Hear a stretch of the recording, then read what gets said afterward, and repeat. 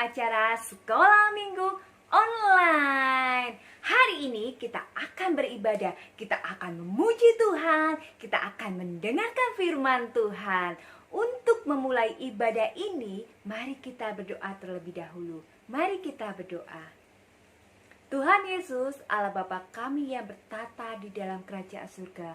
Terima kasih Tuhan buat hari ini. Engkau telah memberkati kami. Sebentar lagi kami akan beribadah Tuhan. Kami akan memuji Tuhan. Kami akan mendengarkan firman Tuhan. Tuhan berkati hati kami Tuhan. Supaya kami dapat mendengarkan firman Tuhan dengan baik dan dapat memuji Tuhan dengan sukacita. Tuhan berkati ibadah ini mulai dari awal, pertengahan, hingga pada akhirnya. Terima kasih Tuhan Yesus, kami sudah berdoa dan mengucap syukur. Haleluya, amin. Selamat beribadah adik-adik. Selamat pagi adik-adik semuanya. Ketemu lagi minggu ini sama kakak-kakak yang ada di sini. Hai dulu semuanya. Halo. Nah, minggu ini kita mau memujikan Tuhan lagi. Setiap minggu kita harus memuji Tuhan, harus mendengarkan firman Tuhan supaya kita apa? Jadi anak Tuhan yang baik. Kita mau mulai ibadah pada pagi hari ini dengan satu pujian yang mengatakan bahwa Yesuslah sahabat. Musik.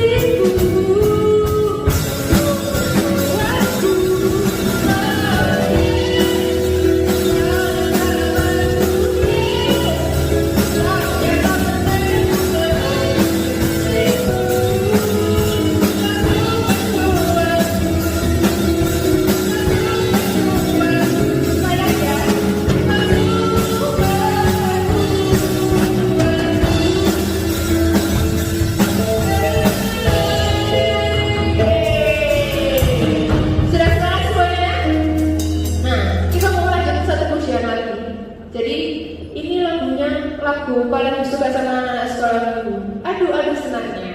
Jadi di rumah harus pakai gerakan ya. Aduhnya begini. Kepalanya digoyang. Oke?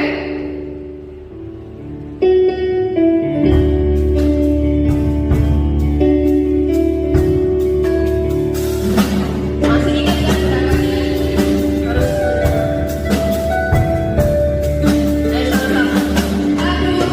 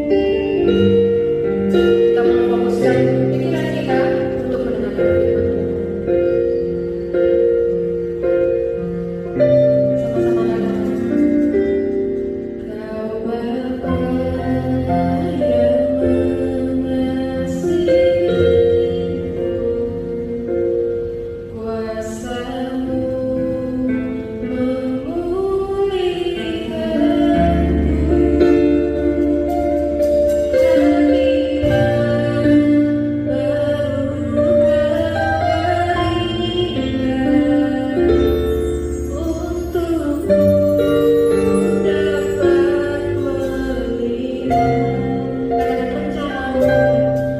rencanamu indah bagiku. Doaku di setiap jalanku,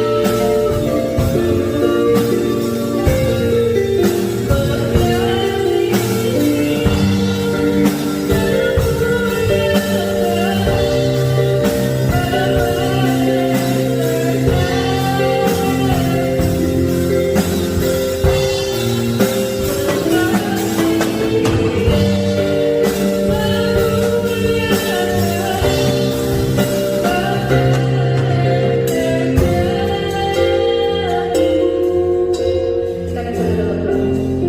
Tuhan Yesus, terima kasih ya Tuhan kalau pada pagi hari ini Kau masih izinkan kami semua untuk bisa beribadah meskipun secara online, tapi kami yakin dan percaya berkat kemurahan-Mu selalu ada di kehidupan kami ya Tuhan. Tuhan, jikalau sebentar lagi kami akan mendengarkan firman-Mu, kiranya Kau berkati kami, beri kami hikmat akal budi agar kami dapat mendengarkan firman-Mu dengan baik dan melakukannya dalam kehidupan kami. Terima kasih ya Tuhan, dalam nama Yesus kami sudah berdoa dan mengucap syukur. Amin. Selamat mendengarkan firman Tuhan. Halo, selamat pagi adik-adik semuanya. Wah, tadi udah semangat ya memuji Tuhannya. Dan Cici yakin kita semua dalam keadaan yang diberkati oleh Tuhan. Kita semua dalam keadaan yang sehat. Amin.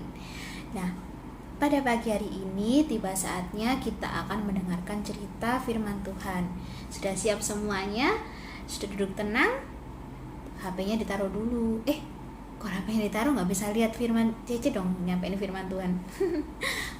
Oke, yang penting semuanya sekarang sudah siap, sudah siapkan hati untuk mau dengarkan firman Tuhan. Nah, pada pagi hari ini kita mau dengar cerita tentang sahabat, friends. Nah, semuanya pasti punya sahabat, Cici yakin. Ada yang punya 1, punya 2, punya 3, atau bahkan lebih. Nah, kita akan baca di dalam 1 Samuel 18 ayatnya yang pertama hingga ayatnya yang kelima. 1 Samuel 18 ayatnya yang pertama hingga ayatnya yang kelima. Daud dan Yonatan. Ketika Daud habis berbicara dengan Saul, berpadulah jiwa Yonatan dengan jiwa Daud, dan Yonatan mengasihi dia seperti jiwanya sendiri. Pada hari itu, Saul membawa dia dan tidak membiarkannya pulang ke rumah ayahnya.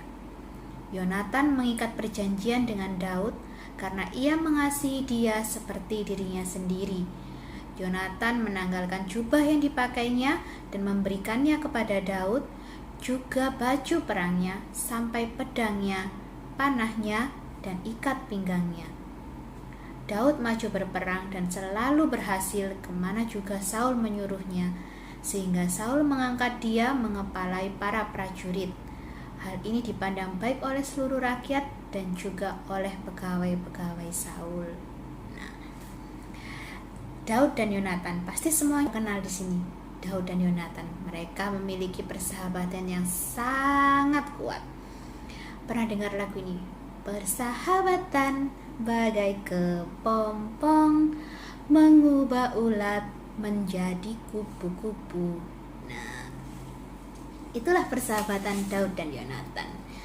Nah, sebelumnya sudah kenal belum sama tokoh Daud dan tokoh Yonatan? Pasti semuanya udah kenal ya, udah sering cerita di sekolah minggu atau mungkin di sekolah sudah pernah dengar cerita tentang Daud dan Yonatan. Nah, kita kenalan dengan tokoh Daud dulu. Daud itu seorang gembala. Dia lahir di kota kecil Bethlehem, dan saat menggembalakan domba, Daud mempunyai hobi untuk memainkan harpa saat menjaga kawanan dombanya. Dan dari sejak kecil, Daudlah dipilih Tuhan dan diurapi Tuhan menjadi seorang raja. Dan kisahnya yang paling terkenal, ayo apa? Ya, saat Daud mengalahkan Goliat hanya dengan menggunakan ketapel, dan tentunya dengan pertolongan dari Tuhan. Yang kedua, tokoh Yonatan. Yonatan itu seorang putra raja. Dia adalah putra dari Raja Saul, dan Raja Saul sangat mengasihi Yonatan. Nah, keduanya memiliki perbedaan ya. Daud yang dulunya dia seorang gembala, tinggal di kota kecil, sedangkan Yonatan sahabatnya, dia seorang putra raja yang dari kecil dia sudah terbiasa dengan tinggal di istana yang megah dengan pelayan yang banyak. Nah, tetapi perbedaan dari keduanya itu tidak menghalangi mereka untuk bersahabat. Nah, keberanian dalam diri Daud yang dilihat Yonatan saat mengalahkan Goliat dan iman Daud yang kuat itu yang membuat Yonatan ingin menjadikan Daud sebagai sahabatnya.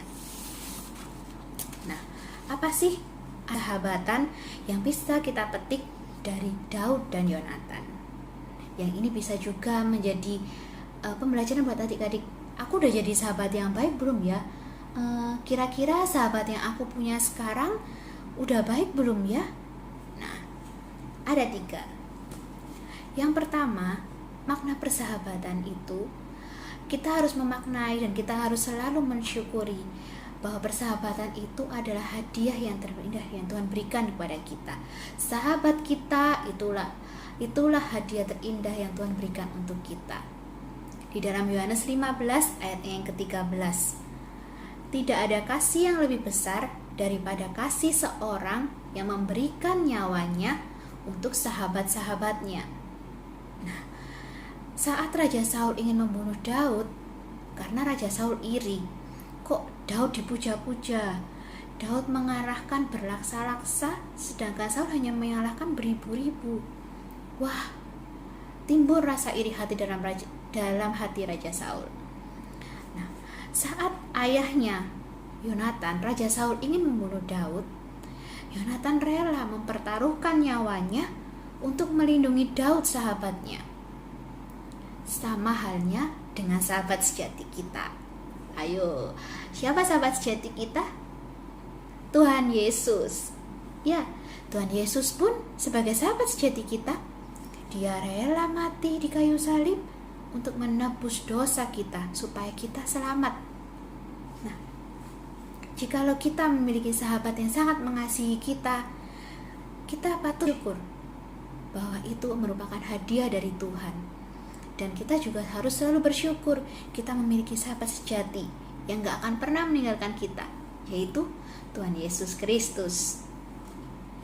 Yang kedua, sahabat itu mengasihi sahabatnya seperti mengasihi dirinya sendiri. Nah, dari kisah Daud dan Yonatan kita bisa lihat mereka saling mengasihi satu sama lain walaupun dengan latar belakang kehidupan yang berbeda. Selalu support dan selalu ikut bahagia saat melihat sahabatnya berhasil. Nah, saat Yonatan melihat Daud berhasil mengalahkan Goliat dan dia selalu memenangkan setiap peperangan yang dihadapi oleh Daud, Yonatan sebagai seorang perwira pun dia nggak pernah merasa iri sama Daud. Dia bahkan merasa ikut bahagia melihat sahabatnya berhasil. Malahan Yonatan memberikan penghargaan kepada Daud. Seperti yang tadi kita baca di dalam 1 Samuel 18 ayatnya yang ke-4, di mana Yonatan memberikan jubah dan perlengkapan perangnya sebagai hadiah untuk kemenangan Daud. Wah, luar biasa ya. Padahal seringkali kita sebagai manusia pasti punya rasa iri melihat sahabat kita lebih berhasil, melihat sahabat kita lebih sukses, melihat sahabat kita lebih bahagia. Mungkin secara manusia kita pernah iri hati. Tetapi Tuhan bilang kita harus saling mengasihi. Jika kita memiliki kasih dalam persahabatan kita, pasti kasih itu nanti akan mengalahkan rasa iri kita, rasa dengki kita kepada sahabat kita. Malahan kita juga ikut bahagia nantinya kalau melihat sahabat kita berhasil. Yang ketiga, seorang sahabat itu akan membantu kita untuk menemukan kekuatan di dalam Tuhan. Kita baca di dalam 1 Samuel 23 ayat yang ke-16. Maka bersiaplah Yonatan anak Saul lalu pergi kepada Daud di Koresa. Ia menguatkan kepercayaan Daud kepada Allah. Nah, saat Raja Saul akan menyerang Daud, Daud merasa takut. Dia bersembunyi. Sebagai seorang sahabat yang baik, Yonatan mendatangi Daud dan dia memberikan kekuatan untuk Daud boleh selalu percaya bahwa Tuhan pasti menyertai Daud. Nah, sebagai sahabat kita sudah saling menguatkan belum satu sama lain? Saat sahabat kita lagi susah, lagi putus pengharapan. Nah, sebagai sahabat yang baik, kita harus bisa mendukung sahabat kita saat sahabat kita dalam kesusahan, mendukung dalam doa, mungkin bisa mengajak sahabat kita berdoa bersama-sama. Mungkin juga kalau sahabat kita curhat, aduh aku lagi sedih nih, aku dapat nilai jelek, padahal aku udah belajar pagi malam, aku belajar terus, tapi nilaiku kok masih jelek sih, gak kayak kamu. Nah, saat sahabat kita sedih, kita saling menguatkan. Sudah, ayo tetap semangat, pasti kamu bisa. Kalau ada yang gak bisa, kamu bisa tanya aku pasti bantu kamu. Dan jangan lupa untuk berdoa sebelum kita mengerjakan tugas, mengerjakan ulangan, supaya Tuhan Yesus menyertai kita. Nah, sahabat yang baik itu menjadi pendengar yang baik juga, memberikan nasihat-nasihat yang baik, memberikan kekuatan saat sahabat kita mungkin mulai lemah. Kita selalu mengingatkan untuk kita tetap percaya kepada Tuhan, dan dalam Tuhan pasti terdapat kekuatan. Nah, gimana adik-adik? Melalui 3 poin di atas tadi, sudahkah kita mensyukuri sahabat yang Tuhan berikan, yang merupakan hadiah dari Tuhan, sahabat yang baik, sahabat yang mengasihi kita? Yang kedua, saling mengasihi sahabat seperti kita mengasihi diri kita sendiri. Yang ketiga, sudahkah kita membantu sahabat kita, menguatkan sahabat kita untuk tetap berserah dan percaya kepada Tuhan, bukan malah menjauh dari Tuhan? Nah, gimana adik-adik? Apakah kita sudah menjadi sahabat yang baik? Ataukah sahabat-sahabat yang kita miliki saat ini sudah baik untuk kita, membawa kita menjadi lebih baik, ataukah membawa kita semakin lebih buruk dan menjauh dari Tuhan? Nah, adik-adik harus selektif juga dalam memilih sahabat. Kalau sahabat kita mengajarkan tidak baik kepada kita, kita juga harus berani untuk berkata tidak. Kalau itu baik untuk kita, kita boleh berkata iya. Dan saat sahabat kita mungkin lagi jatuh, lagi mungkin melakukan hal yang salah, sebagai sahabat yang baik, selain saling menguatkan, juga harus saling mengingatkan untuk tetap berharap dan percaya kepada Tuhan, mengikuti setiap perintah-perintah Tuhan, tidak melawan orang tua, dan saling mengasihi satu sama lain. Nah, untuk minggu ini ada ayat hafalan di dalam Amsal 17 ayatnya yang ke-17. Pasti semuanya sudah pernah menghafal ini ya, dan pasti sering, dan pasti mungkin sudah di luar kepala. Di Amsal 17 ayat yang ke-17. Seorang sahabat menaruh kasih setiap waktu dan menjadi saudara dalam kesukaran. Amsal 17 ayat yang ke-17. Seorang sahabat menaruh kasih setiap waktu dan menjadi saudara dalam kesukaran. Nah, kiranya cerita tentang Daud dan Yonatan pada pagi hari ini bisa memberkati kita semua, menjadi berkat untuk kita semua dan untuk orang-orang di sekitar kita. Dan hendaklah kita tetap menjadi sahabat yang baik seperti teladan Yesus Kristus sebagai sahabat sejati kita. Nah, untuk minggu ini ada tugas untuk adik-adik sekalian. Tugasnya adalah membuat doa untuk sahabat kita. Bersyukur karena kita memiliki sahabat yang baik. Boleh adik-adik sebutin namanya, boleh juga tidak. Nah, di bawah doa tersebut nanti ada ayat hafalan kita hari ini di dalam Amsal 17 ayatnya yang ke-17. Dan pastinya bagi siapa yang nanti mengirimkan doa-doanya, nanti difotokan bersama dengan adik-adik. Nanti bagi yang sudah mengirimkan, nanti pasti akan ada hadiah yang akan Cece kirim ke rumah adik-adik masing-masing. Oke, sekarang saatnya kita akan berdoa. Semuanya lipat tangan, tutup mata. Kita mau berdoa. Terima kasih Tuhan Yesus, kesempatan pada pagi hari ini Tuhan kami boleh mendengarkan kembali cerita tentang firman-Mu Tuhan, mengenai menjadi sahabat yang baik seperti teladan Daud dan Yonatan Tuhan, dan seperti teladan Engkau sendiri Tuhan sebagai sahabat sejati kami. Kiranya Tuhan kami boleh menjadi anak-anak-Mu yang diberkati, anak-anak-Mu yang selalu takut akan Engkau, selalu menuruti perintah-Mu Tuhan, dan menjadi berkat dimanapun kami berada. Terima kasih Tuhan, terima kasih memberkati kehidupan kami masing-masing Tuhan. Walaupun saat ini kami belum bisa bertatap muka satu sama lain dan kami beribadah online dari rumah Tuhan, tapi kiranya Tuhan tetap memberkati kami, memberikan sukacita selalu dalam hati kami. Terima kasih Tuhan, terima kasih. Ini doa kami, mengampuni segala dosa dan kesalahan kami, karena di dalam nama Tuhan Yesus Kristus kami sudah berdoa dan mengucap syukur. Haleluya, amin.